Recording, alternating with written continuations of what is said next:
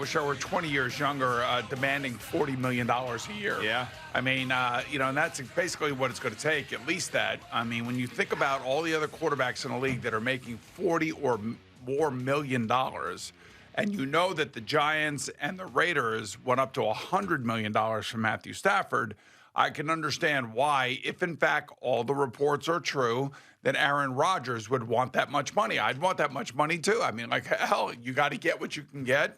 And every player has got to go through, their, mental gymnastics to figure out which team is best for him and how much money they're willing to pay. I will say this, that your team, the Minnesota Vikings, is building one hell of a team via free agency. And I don't believe that Kevin O'Connell is just going to hand the reins over to J.J. McCarthy. At this moment, it looks that way.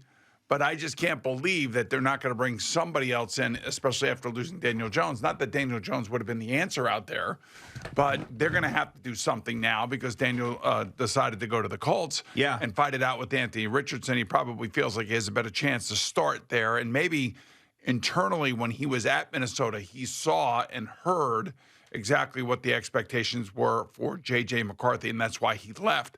I would say now for Aaron Rodgers, it's one of three teams. And if it comes down to money, then I think, to me, if I were him, I'd try to go to Minnesota. If secondly, I would try to go to Pittsburgh, and then third, I would go to the Giants. That would be the third team on the list. And unfortunately for the Giants, I mean, they just get left at the altar left and right, and it may end up being Russell Wilson.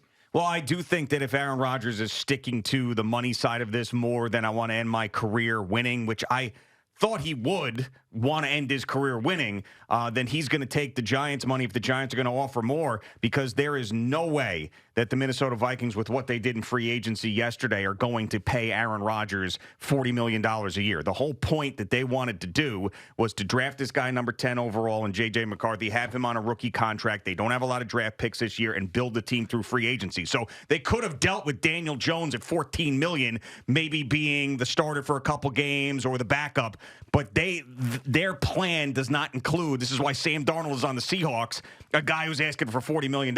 Now, the Giants, because they have been left at the altar and have a ton of cap space, and the cap went up, and they got a desperate team, and meaning the ownership, the GM, and the coach, they might be the only team that offers Aaron Rodgers $40 million. Right, but I also think that Pittsburgh's in the same boat in terms of their coaching staff. Man. I'm telling you, I know it's hard to believe that. They would never give him that money. Well, listen, they just gave $150 million to DK Metcalf. Yeah, but he's a young wide receiver. And here's the other thing. They are in the AFC North.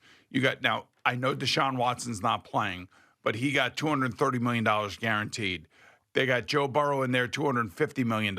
They got Lamar Jackson in there, $250 million. I mean, you're not going to get a bargain basement quarterback to go into that division and win it. I mean, if you really want to win and you think the best opportunity for you, and they have nobody else on the roster right now, by the way. Now, they can still run it back with Russell Wilson, and I'm sure Russell Wilson's looking for a hefty raise from somebody because he's going to want to be a starting quarterback. He is a Super Bowl winner. He may end up going to the Hall of Fame. These guys are not like, I think the idea was that Pittsburgh was going to be able to do what they did last year. We're going to bring Justin Fields in. We're going to bring in Russell Wilson, and I forget who else they had on that roster. And we're going to basically pay our quarterback position nothing. And we're going to try to see if we can win with the roster that we have. Well, now at least they went out there and got that big wide receiver. Now, if they really want to truly win and they want a guy like Aaron Rodgers to come play for him, he's not coming for nothing. He's just not. Even though he's guaranteed $75 million by the Jets, that will be all paid out. And the Jets do have a pretty nice dead cap hit because of it. I mean, they're going to have to pay. They're going to have to pay either him or Russell Wilson a significant more amount of money than they paid last year. So if Aaron Rodgers, you think that fair market value, and Mike Florio says the same thing, is $40 million If I'm Aaron Rodgers, yes. Okay, so what do you think, Russell Wilson? Same thing? I would ask for the same thing? I would think somewhere, I would say somewhere around 35 million, 30 to 35 million at minimum, I would think. But then again, it's like, these teams are desperate. You have to understand. The Giants definitely are desperate. And if the Giants, if they go and draft one of these quarterbacks at number 3, great. They're going to throw him out there, and then what? Yeah, I don't think that. Then those guys will probably get fired if that quarterback isn't Jaden Daniels. I don't, man. All right, so the Steelers, to me, because they did the DK Metcalf thing, doesn't mean that they have completely changed their organizational philosophy, and then now they're going to come in. No. Well, I don't know what you're scoffing at. Their organizational philosophy is to not pay guys who are 41 years old $40 million a year. I know that, but They've never done something like that. What is the alternative? Is it Carson Wentz? Is it Gardner Minshew? Is it Jimmy Garoppolo? I think it's bringing back Russell Wilson, and I don't think he gets as much as 30 million. No. I think it'd be less than that. I can't see how the market. I just can't see how they're going to get that much. I just don't. Because it's DK Metcalf and because he and Russell Wilson do have a relationship on the field, I could see that. I'm not saying I can't see that. I'm just, why the hell are the Steelers going to get wide receivers? Why? Because DeAndre Hopkins is now going to Baltimore. I don't know really how much he has left, but when you look at the other teams in this division, especially the Bengals, who are going to have the greatest show on turf again, I don't. Why would you sign wide receivers if you don't have a quarterback that can get, get them the ball? That they probably thought that they would get Aaron Rodgers and Russell Wilson for cheaper. That's what I think that they thought, and they still may if that number comes down if no one else wants them. So, the teams that are still looking for quarterbacks are who? Are the Titans involved right now? I don't know. Are they? It doesn't sound like it. I told you the Vikings, there's no way they're paying Aaron Rodgers $40 million a year. I would be absolutely floored if that were the case. And then, so you got the Giants, you got the Steelers. So both of those are the two desperate teams right now for different reasons. Well, all I know is that both coaching staffs are in the same situation. I think this could be the end of Mike Tomlin if they have a losing record. I know it's hard to even fathom that, and he will be a very hot commodity on the open market. There's no question about it.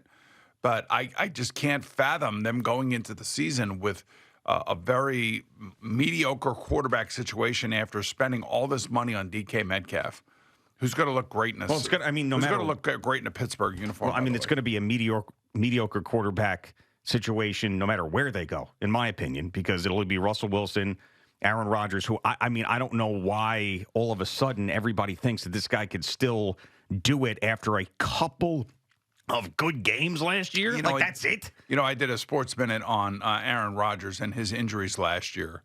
And the injury that I was really specifically talking about was the Achilles injury and how long it really truly takes to get back from that injury. And it usually is over a year.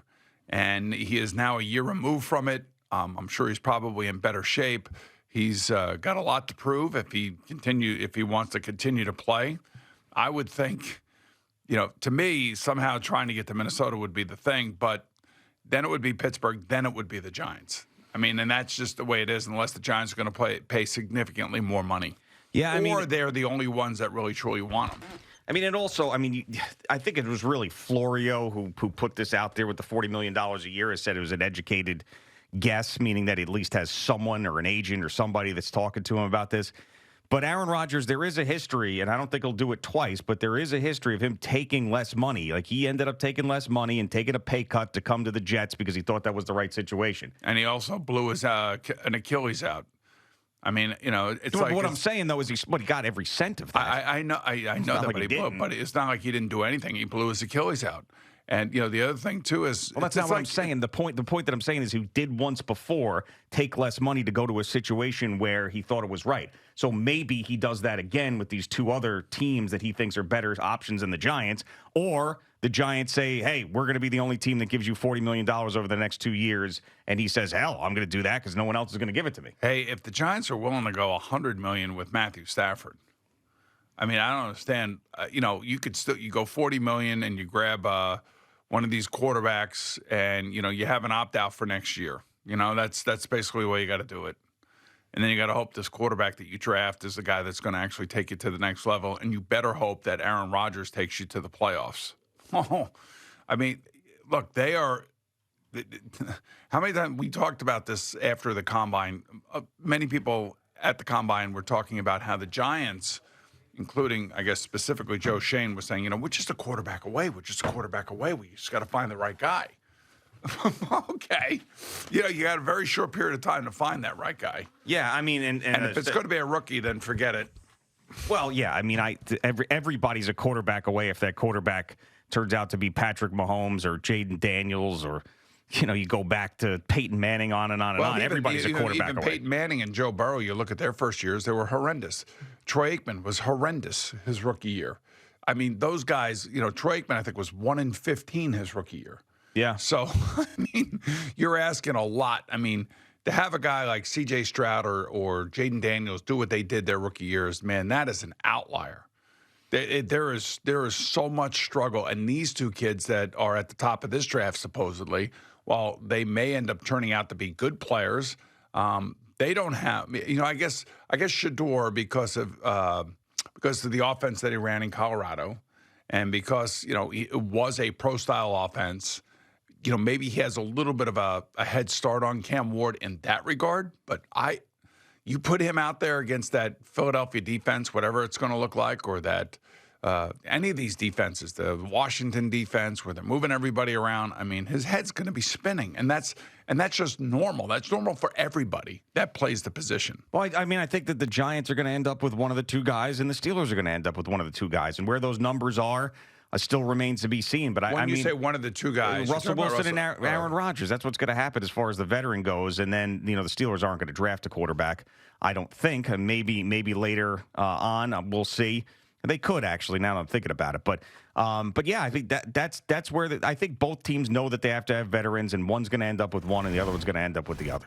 And if they, depending on how desperate they really feel they need to be, they may have to go to numbers they're uncomfortable with. But I just that's the way it has to go, right? Well, here you go. You got Trey Lance, Taylor Heineke, Marcus Mariota, Drew Lock, Joe Flacco, Jameis Winston, Mac Jones, Carson Wentz, Case Keenum, Mason Rudolph. It's all slop. We don't have to read all their names. They're all terrible. They all suck. Yeah, I'm just telling you, this is where it is right now. Well, yeah. But those two guys, we got two teams with two quarterbacks out there that they're going to end up on one of these two teams. No. And by the way, today is the first day of the new league year for the NFL. So happy new league year. Happy new league year. Yes. I left a bouquet of flowers on your desk for that. Oh, you did? I do that every year. Yes. Well, that's new league year flowers. That's what I do. That is awesome. Yes. Yep. It just brightens it up. It's springtime. That's the way it feels. Somebody did something with the blanket in my office.